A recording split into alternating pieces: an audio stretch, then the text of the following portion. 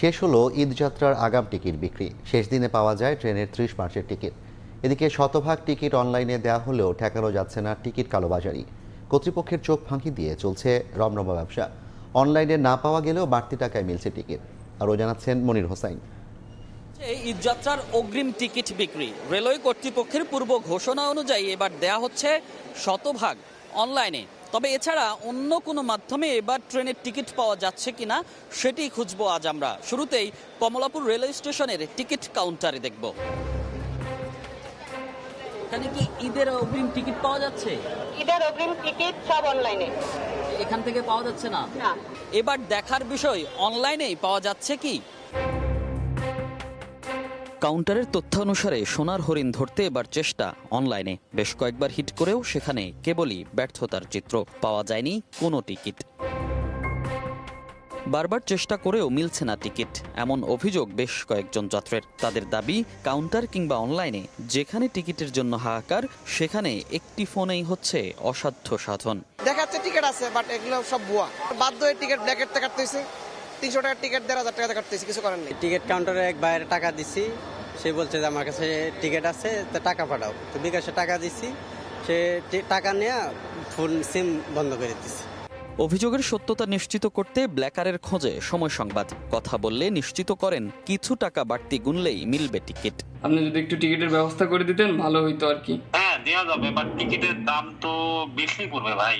Sovan chair যদি নেন আপনি 1200 টাকা করে পড়বে, আর এসি নিলে আপনার 2000 টাকা করে পড়বে। এখন প্রশ্ন হচ্ছে, যে কালোবাজারি বন্ধ করতে রেল কর্তৃপক্ষের এত আয়োজন, তাতেও কেন শুভঙ্করের ফাঁকি? এমনিতে অনেকের মুখে শোনা যাচ্ছে, কিন্তু সুনির্দিষ্ট কোনো অভিযোগ আমাদের কাছে নাই। অনলাইন টিকিটের ক্ষেত্রে যদি আমাদের কোনো রেলওয়ে কোনো ব্যক্তি সরাসরি জড়িত থাকে, আমাদের কাছে তথ্য দিলে আমরা ঊর্ধ্বতন কর্তৃপক্ষের কাছে, ওনার কন্ট্রোলিং অথরিটির কাছে আমরা পৌঁছে দিব, জানিয়ে দিব। দীর্ঘ লাইনের ভোগান্তি কমাতে অনলাইন ব্যবস্থা হলেও টিকিট নামক সোনার হরিণ মেলা এখনও ভার। কর্তৃপক্ষের চোখ ফাঁকি দিয়ে চলছে কালোবাজারি। ভোগান্তি সেই সাধারণ যাত্রীদেরই। মনির হোসাইন, সময় সংবাদ, ঢাকা। পরীক্ষা বর্জন করে 6 দাবি আদায়ে বিক্ষোভ ও সড়কে অবস্থান কর্মসূচি পালন করেছেন দেশের বিভিন্ন জেলার পলিটেকনিক ইনস্টিটিউটের শিক্ষার্থীরা। বেলা 11:30টার দিকে চট্টগ্রাম নগরীর 2 নম্বর গেট মোড়ে সড়ক অবরোধ করে বিক্ষোভ করেন শিক্ষার্থীরা। এ সময় রেল লাইনে থেমে থাকে যাত্রীবাহী কক্সবাজার এক্সপ্রেস ট্রেন। 2 ঘন্টা পর অবরোধ তুলে নিলে ট্রেন চলাচল স্বাভাবিক হয়।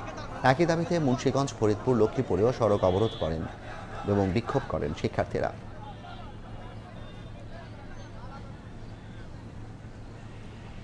ঠাকুরগাঁওয়ে কলেজ ছাত্র মিলন হত্যায় ঘটনায় জড়িতদের বিচারের দাবিতে জেলা প্রশাসকের কার্যালয় অবরোধ করে বিক্ষোভ করেছে বিক্ষুব্ধ জনতা।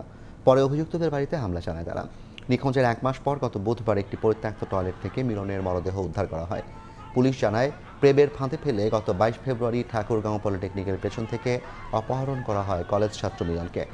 পরে তার মুক্তিপণের জন্য পরিবারের কাছ থেকে 25 লাখ টাকা হাতিয়ে নেয় চক্রটি। এ ঘটনায় ভুক্তভোগী পরিবার থানায় অভিযোগ দিলে 3 জনকে গ্রেফতার করে পুলিশ। জড়িতদের বিচারের দাবিতে বিক্ষোভ ও মানববন্ধন হয়েছে।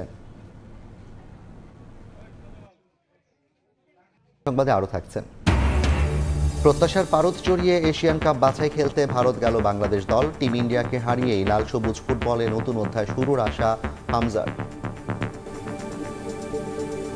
দেখছেন সময় সংবাদ। মনের মতো ডিজাইন আর stylish collection, Regal furniture, furnish your dream.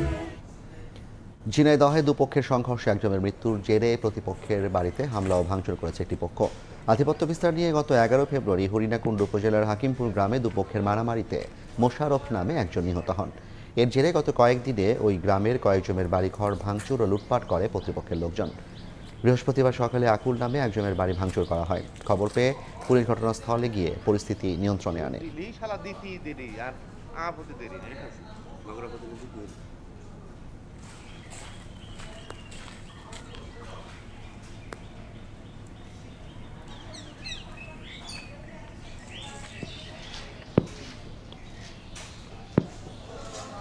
AFC Asian cup বাছাইয়ের ম্যাচ খেলতে ভারত পৌঁছেছে বাংলাদেশ জাতীয় ফুটবল দল। প্রাথমিক স্কোয়াড থেকে 4 ফুটবলারকে বাদ দিয়ে 24 জনকে নিয়ে ভারত গেলেন হ্যাভিয়ার ক্যাব্রেরা। প্রথমবারের মতো লাল সবুজ দলের সঙ্গে আছেন হামজা চৌধুরী। ভারত থেকে জয় নিয়ে দেশে ফিরতে চান তপু সোহেলরা। এদিকে মাত্র একদিন অনুশীলন করেই দলের সঙ্গে মানিয়ে নিয়েছেন হামজা। 25শে মার্চ ঘোষণা হবে 23 সদস্যের লাল সবুজ স্কোয়াড। দেশের ফুটবলে নতুন সূর্যোদয়, সেই সঙ্গে নতুন চ্যালেঞ্জ। অ্যাওয়ে ম্যাচ খেলতে বিগত সময়েও দেশ ছেড়েছিল বাংলাদেশ দল, তবে এবারের ভারত যাত্রাটা বিশেষ, কারণ প্রথমবারের মতো লাল সবুজ দলের সঙ্গে যে বিমান ধরছেন হামজা দেওয়ান চৌধুরী। বিমানবন্দরে গণমাধ্যম কর্মীদের সঙ্গে সমর্থকদেরও উপচে পড়া ভিড়। ভিড় ঠেলেই এগিয়ে এলো টিম বাস। যে হামজাকে নিয়ে এত আলোচনা, তিনিই নামলেন সবার আগে। এরপর একে একে তাকে অনুসরণ করলেন জামাল, তারিক, মিতুলরা। যেন নতুন কান্ডারি খুঁজে পেল বাংলার ফুটবল। হামজা খুবই তাড়াতাড়ি আমাদের সাথে মানিয়ে নিতে পারছে। মনে হচ্ছে যে ও আমাদের সাথে অনেকদিন ধরে খেলতেছে। ও এত বড় টপ প্লেয়ার, ওর মধ্যে ওই জিনিসটা নাই যে ও একটা বড় লেভেলে খেলে দেন আমাদের সাথে খেলতেছে। অনুশীলন মাঠ থেকে ড্রেসিং রুম, হামজার অন্তর্ভুক্তির প্রভাব পড়েছে ফুটবলারদের মন মানসিকতায়ও। একে তো প্রতিপক্ষ ভারত নিয়ে বাড়তি উন্মাদনা, তার উপর হামজাকে সঙ্গী করে বছরের প্রথম ম্যাচটা জয় দিয়ে স্মরণীয় করে রাখতে চায় ফুটবলাররা। চিন্তা ভাবনা হলো উইনিং মেন্টালিটি, তো এইভাবেই আমরা আগাচ্ছি এবং এইভাবেই আমরা খেলতে যাচ্ছি। আমাদের সাথে যে হামজা আসাতে আমাদের, আপনারাই দেখছেন অ্যাটমসফিয়ার কিন্তু অলমোস্ট সব চেঞ্জ।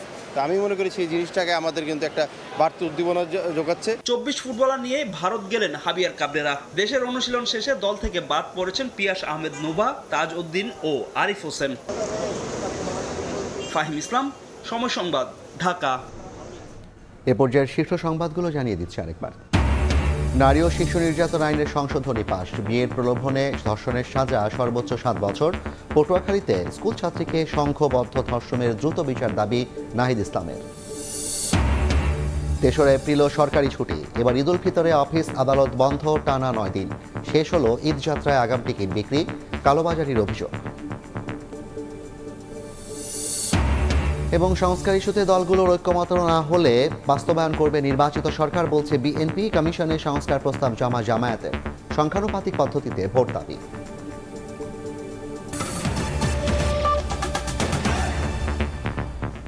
এই ছিল সময় সংবাদে, সঙ্গে থাকুন সময়।